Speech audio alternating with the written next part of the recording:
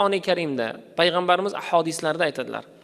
Alloh taolo inson onaning qornida 4 oylik bo'lgan vaqtda uning rangini, tuzilishini, qomatini, hayotini Alloh taoloning o'zi belgilab qo'ydi.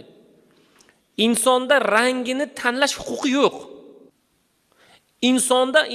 insonda boshini, qulog'ini, burnini qaysi holatga keltirishlikning tanlash huquqi yo'q. Alloh taolo yaratgan, shunaqangi holatda bo'ldi. Undan keyin o'zgartirayotganlar Alloh taoloning xilqatini o'zgartirayotgan narsalar, bu gunoh. Mumkin emas bu. Va shu bilan birgalikda endi birov bo'yi past bo'lsa, birov semiz bo'lsa, birov rangi qora bo'lsa, biz uni ustidan kulamizmi? Yo'q. Biz naqshning ustidan kulyapmizmi o'zi aslida yoki naqqoshning ustidan kulyapmizmi?